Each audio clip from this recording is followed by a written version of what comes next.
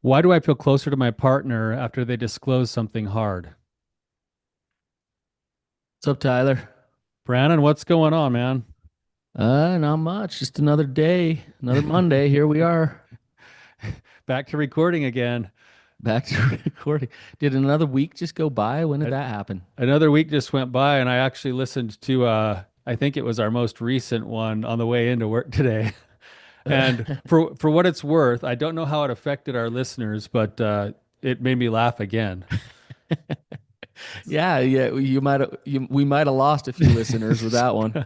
It's Um, possible. It's possible. you know what I was thinking about? The story with the bunny rabbits. I was thinking about like a farm boy listening to it, being like, "You guys are pansies." Like that's yeah, exactly. Like, hey, that's like dinner every weekend. Yeah, and then I was thinking of like, a city kid listening to it like, you guys are like horrible animal abuser rednecks, like so I guess we were somewhere in between. Somewhere in the middle of that. Yeah. So um but yeah, I thought, with that episode, as I listened, I thought, man, we should have done just an episode, like the whole episode on big stories. That would take, we could do a series on that. Yeah, we could do like a four-part series on big stories. Yeah. Uh,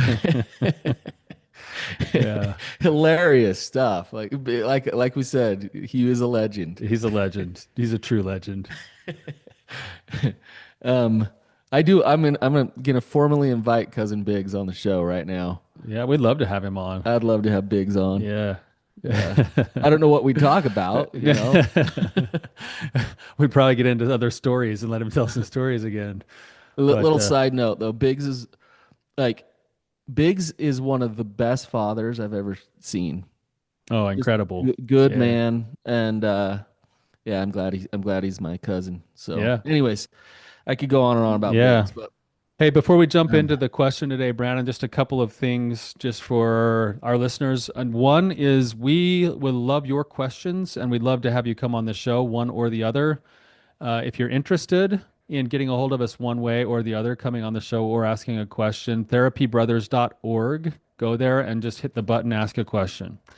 And we would love to be able to talk to you. We love having real people with real problems who are willing to come on and be in the arena with us. So, secondly, we are kind of getting down into like that really kind of prime time for the signups for Rising Sun, our yearly retreat that we do for men. It's going to be September 25th through the 28th.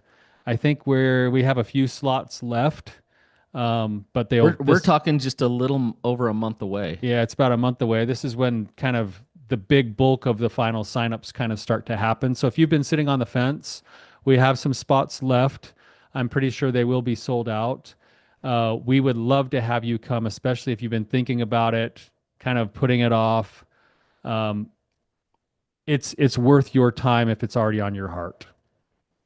Today's the day. Sign up. That's risingsun.org. Let's get you there. Bear Lake, Utah, and we also go up to Bear Lake, Idaho. So you get two states in one. Um, Yeah. it's beautiful. If you've never been out here to the west, we go up in the Rocky Mountains and have a great time. So come on out. All right, Brandon, let's jump in here with the question today. And the question is one that we get a lot, and it's one that doesn't happen for everybody, but it happens in it's common enough that we get this question quite a bit. Yeah. It is common enough. And I think it makes a lot of sense once you talk about it. But it also is confusing and can cause some problems as well. Um, so uh, um, it, I'll tell just kind of the general story if you don't mind, Tyler. Yeah, yeah, get paint Uh, the picture. paint the picture here. So, a couple's bumping along and there's issues in the marriage. There's a lack of connection, a lack of just safety, trust going on. And the one partner is just feeling like, God, what's off? What's going on? While the other partner has some skeletons in the closet. There's some things going on, and one thing or another happens. Usually, I hate to say this, but usually it's they get caught, but sometimes they come out and disclose themselves. Um, and then it's shocking, it's devastating, but in a weird way, it's also kind of uh, it makes things make sense. Where it's like, oh, this is what's been going on behind the scenes. This is why you've been so shady, so distant, so not able to really connect to. And so there's this, all of these feelings. It's betrayal trauma, right? There's all of these feelings that come up, feelings of being hurt, betrayed, even Confused. anger, but then also like compassion sometimes for the betrayer, confused. And so there's all, and then all of you, like your own shame comes up of like, what part did I play in this? Am I not enough? So that there's all of that going on. There's grief about the reality of what your relationship actually is. So it's just a huge mixed pot of all kinds of emotions going on at the time of discovery. So that's kind of the picture, right? Right. And we're And gonna. Oh, go ahead. yeah, well, and oftentimes then people will come into our office and they'll say they'll actually acknowledge the confusion of I just found out this thing, or my partner just told me this thing, or just had this hard conversation with me, and a part of me hates them, and the other part of me is almost like feeling more connected to them. We've never been closer. Like that. That's kind of the. It's in the last week or two, like we've never been closer, and we're talking more than we ever have. We're having more sex. We've never been closer, and so if you think about what's happening, that it's interesting what's happening on the betrayer's part. They've been carrying these secrets, and now it's this big relief of like, oh, like I'm not carrying these as secrets anymore. They never had the courage, or they were in so much denial to actually come out with it until finally it does, and then they get this kind of like relief of, oh, I don't have to carry the burden anymore, even Yeah. though in a large part they've kind of dumped that directly on their partner's shoulders. And the partner, on the other hand, and people respond differently. So we're just talking about this type of response. Um, but the partner, on the other hand, at times they can feel like relief, like, oh, now I know what's going on. But then also there's this sense of like, wow, my partner's now being open and honest about who they are and what's going on with them. I feel connected to them. I feel close to them. Um, and then there's also this going on in the midst of it all. I'm also scared that they're going to abandon me or hurt me. So I want to get closer to them, and bring them in closer because I'm afraid of that abandonment. And so I'm taking steps toward them. I like that they're being more open and honest. My heart is feeling more connected. Whereas the betrayer is like, oh, I feel connected too because you still like me after everything that I've done. And I talked about all these things that I thought you would hate me for, and you don't. And wow, like, but there, there's some problems with this, Tyler.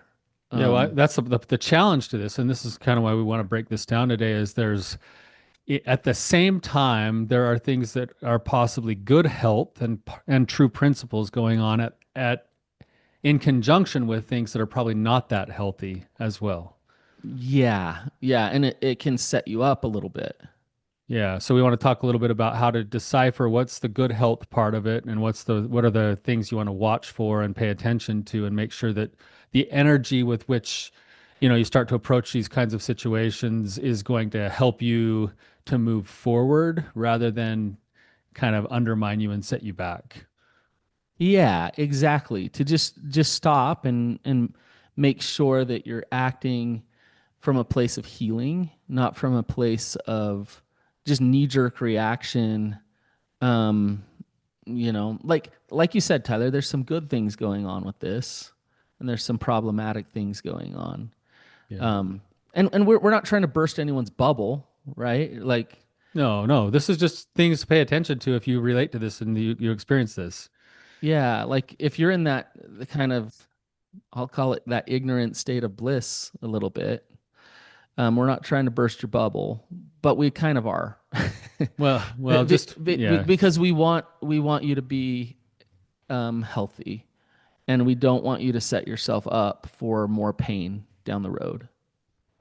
Yeah, I'll give you an example. This happened. A couple is coming to mind right now where I was working with him, and he had other kinds of like addictions that were in the open, but in the process of working with him, he kind of disclosed to me that he was also having like extramarital sexual affairs and other things that she didn't know about. And so I kind of worked through it with him and said, "Hey, man, like she needs to know this."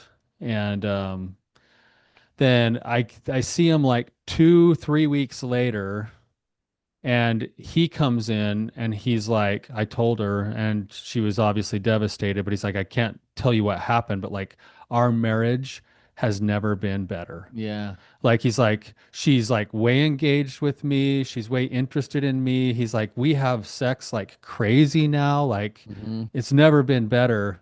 And I'm like, oh, okay.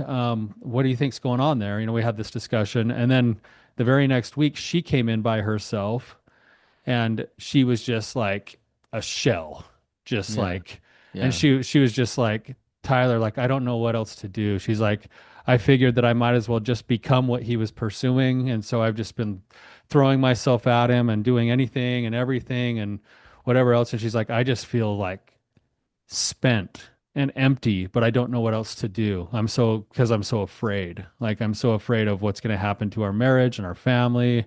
I I don't even know if I don't even know if he even wants to stay anymore because he's got all these other things on his plate. And it's like, whoa, okay, we're totally jumping the gun right now. Yeah. And in his But look blindness, at the he difference. he wants it. He so badly wants it to get better because he doesn't want to pay the price for his stuff that he just like, man, yeah, she just loves that I'm honest now, and like, our marriage has never been better, and she's just eating it, like just Right. getting buried by it. The issue with this is the process of grief. Like, in order to be healthy, when something happens that is painful, you need to process grief. So when you jump to, okay, like we're just happy, everything's good, We're gonna hurry everything and fix it. everything's not good. Things need to be accepted. Things need to be grieved. There's a process that needs to happen. And part of the initial knee jerk reaction is that almost denial phase of like, okay, like we're good. Just let's make sure like We we don't don't want to have have to own consequences everything. and Yeah. yeah. And I really like your story, Tyler, because I've seen it. I don't know how many times. And sometimes there's legit, like I call it almost like a honeymoon phase after discovery, where it lasts a month or two, and then all of the things crash down. The feelings come, and they can't help but come. And there's feelings of hopelessness and anger, and then there's feelings of like shame about betraying themselves because they got so close to them after they were betrayed. And so there's feelings of confusion and all this stuff. The feelings come. You can't live in denial forever and be a healthy person.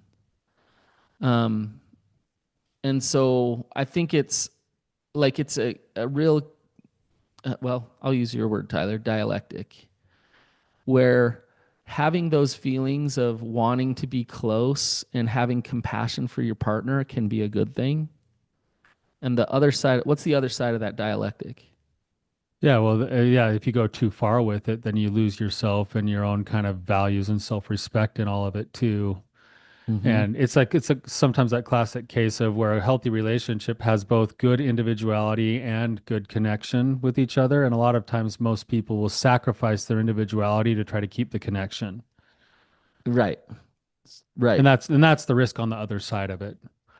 Yeah. But here's the other thing too, and here's where it gets into like what is also going on that makes it confusing is if I've been living in a relationship for so long and there's finally some level of honesty, like the principle of honesty, integrity, transparency, whatever, actually does draw us closer to the person who's doing the sharing most of the time. Right. Because they're honest. Yeah, because it's a true It's principle. So connection. in a certain sense, a part of me is like, oh, I've never had like this much honesty before, even though I hate what I just heard. That honesty feels better than being in the dark or being confused or feeling like I'm hitting a wall. And so I does have a tendency to, in some cases, want me to lean in a little bit more because I'm finally getting something that I didn't even know I really needed or wanted until now. But then it also gets paired up with the fear, the anxiety, the whatever else, the denial, and then that's where it gets really confusing. Right. What are the outcomes of this, Tyler? So, like, what are some things that happen when something like this takes place? Into the relationship or to the individuals. Both. Yeah, well, I think there's a couple things that tend to happen. One is that if you can, this is why we're having this episode today, is if you can take the principle of integrity and honesty, transparency, whatever, taking ownership, accountability as healthy principles towards what we'd call a wholehearted life, then that discussion can be had at the same time as, and I'm not feeling good enough to lean in these other ways because of this, and this, right? Right. Right. So, so that's the hard part. Because, like, on the other side of it, a lot of times the one who's been keeping the secrets or doing the hiding or lying, when they finally get to be honest, they finally have this moment of honesty, whether it's forced or not, they expect to be like rewarded for it. Like, hey, look, this is what honesty gets me. Now I've got a partner who's like upset at me and frustrated, whatever. So why should I be honest? It was better if I wasn't honest.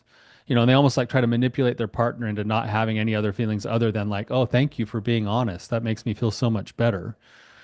But what it does is it kind of like it'll end up pulling you together only to then kind of potentially be built on a false kind of foundation.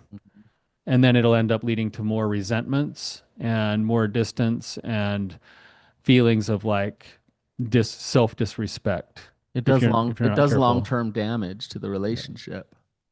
Yeah. Yeah, it damages the foundation even more of the relationship.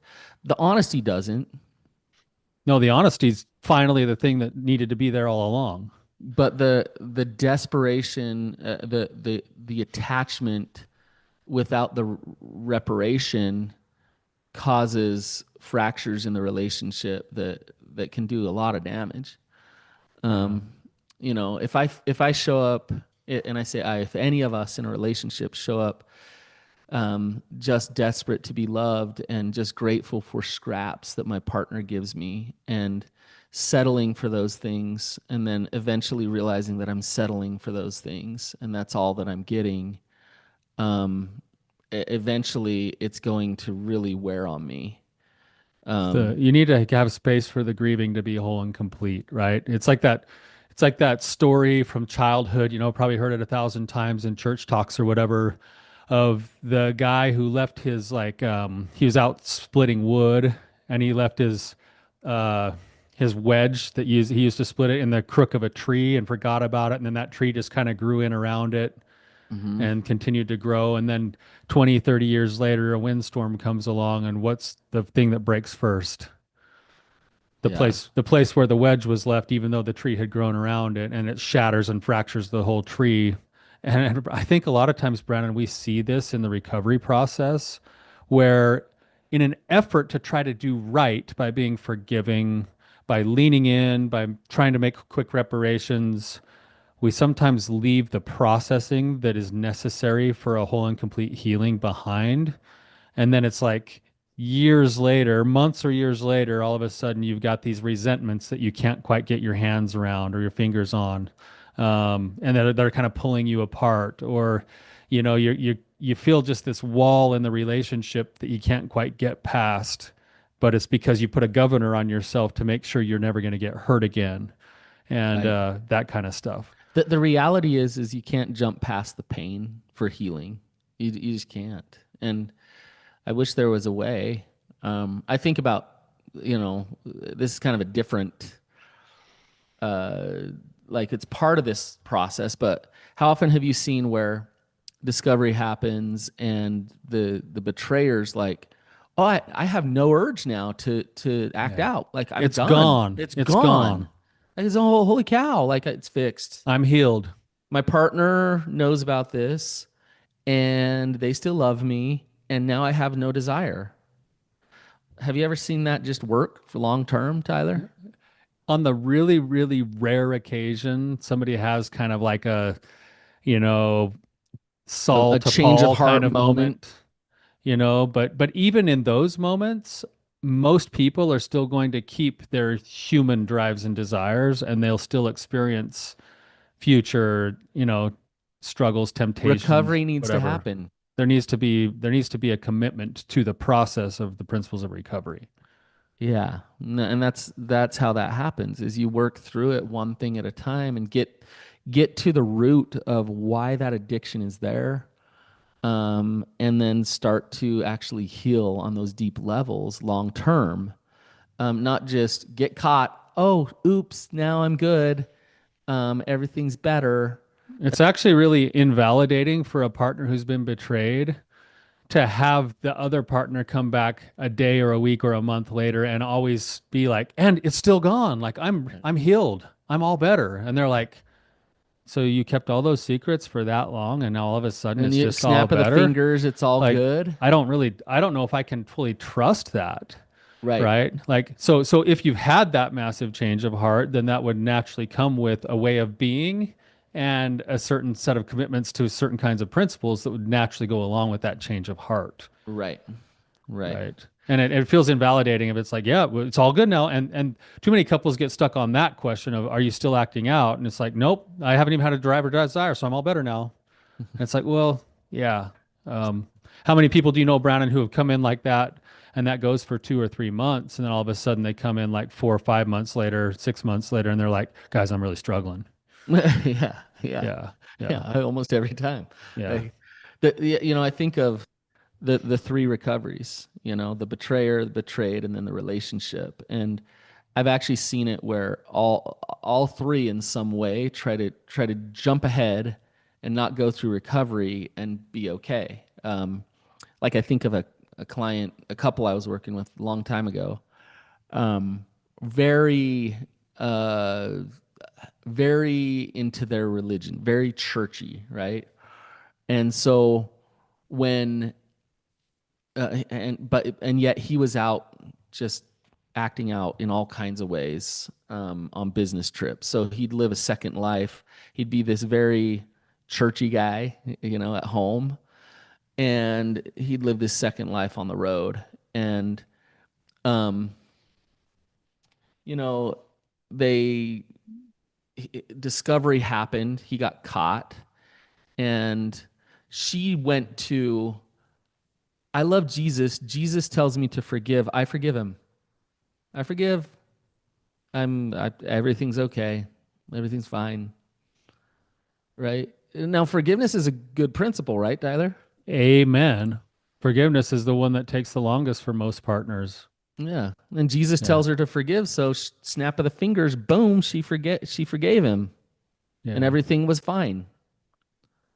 Um except Yeah, except that there's kind of the action of forgiving, which is something that a lot of people don't want to take, that's actually really valuable. And then there's the heart of forgiving that goes along with the action. And when those two are paired together, that's when forgiveness starts to become kind of whole and complete. But a lot of times, and this is something that I think really does a disservice to some of our clients sometimes, is the principle of forgiveness is absolutely spot on. It's part yeah. of the healing journey. It's part of the process. It's a necessary, but too many people feel almost guilted into forgiving and not allowing themselves to recognize that it's okay to be in the process of working on forgiveness. Yeah. And then what it does is in essence is it's that wedge that gets thrown in the tree, and then I'm back to like, yep, we're all better now. And because I've forgiven him, I it also means that I need to now lean all the way in Right, right.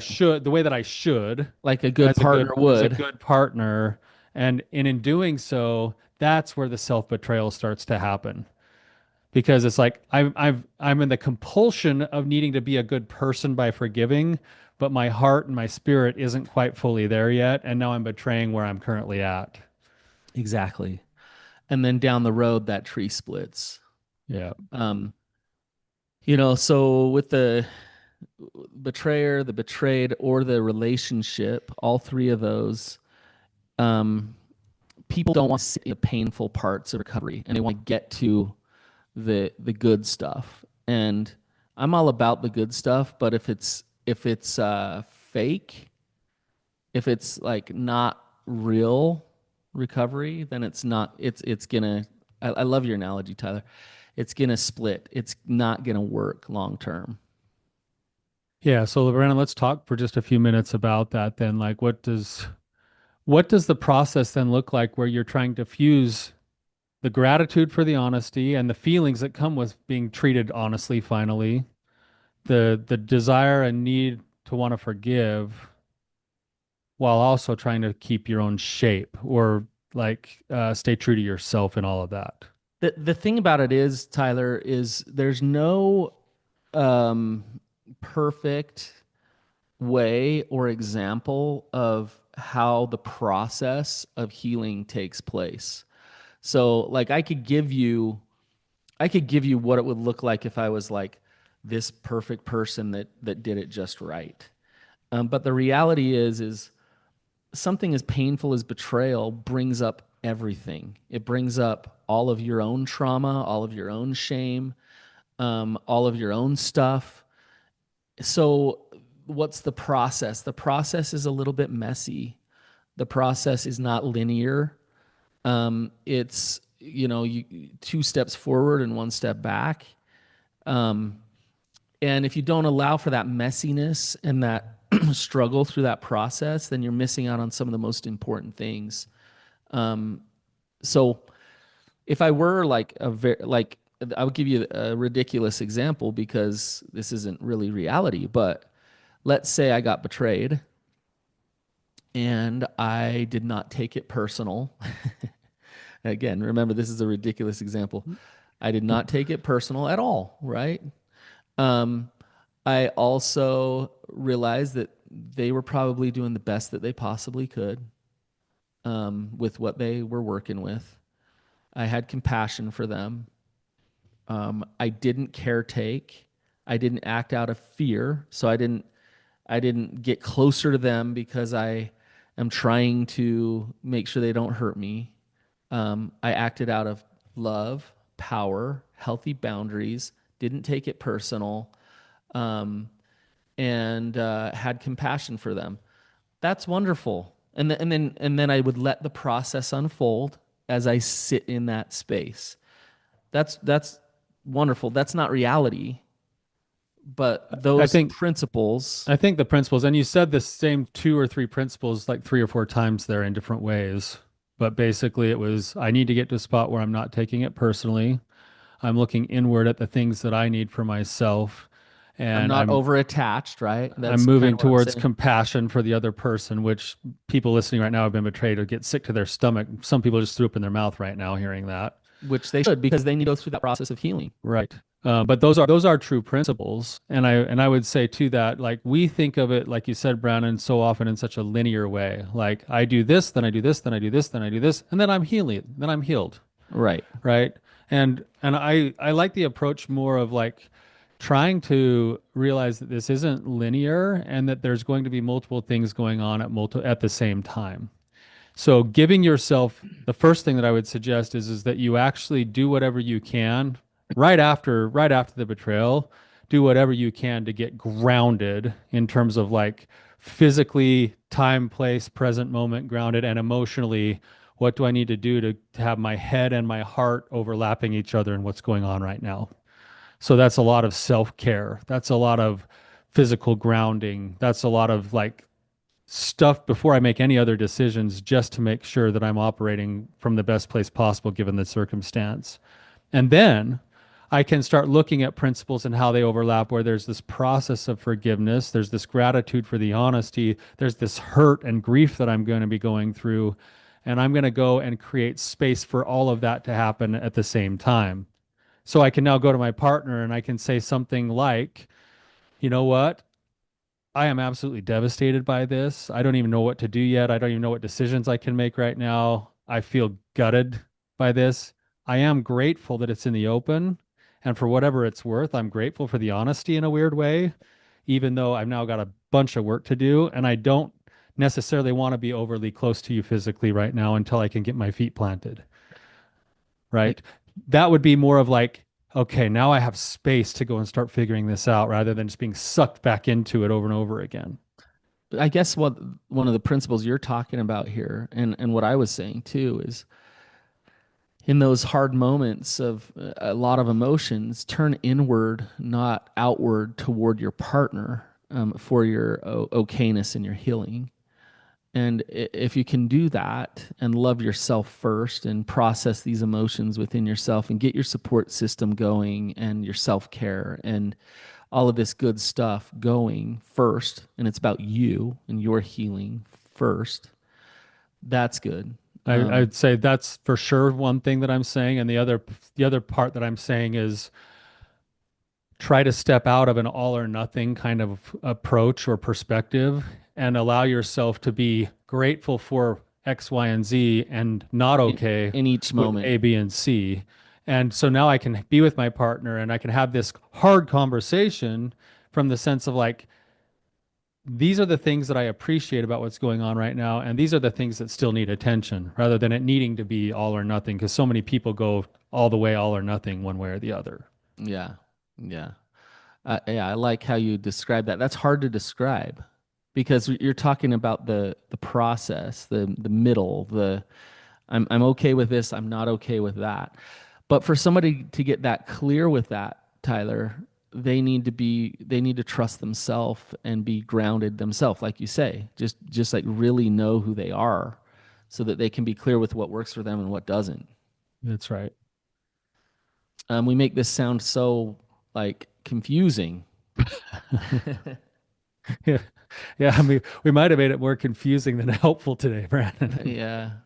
I want to say if you're in that stage where maybe you're feeling closer to your partner and it feels good and you're listening to us and it's like, oh, like deep down I know we're kind of there. Um but I just would ask you to stop and just pump the brake a little bit and just get really honest with yourself about what works for you and what doesn't. Um And when you pump the brakes, look for true principles that would either say, hey, this connection that I'm feeling is legit because there is humility, accountability, openness, transparency now, versus I'm compelled to do it because I need to be forgiving or I can't stand the thought of losing this person or whatever else. I'm operating from fear. yeah, it's so confusing because it does feel good. I like, okay, I feel connected now and this feels good and I like this. But if it feels good because there's fear driving it behind it of I'm afraid that you're not going to choose me, then those good feelings are driving you toward that wedge that Tyler's talking about.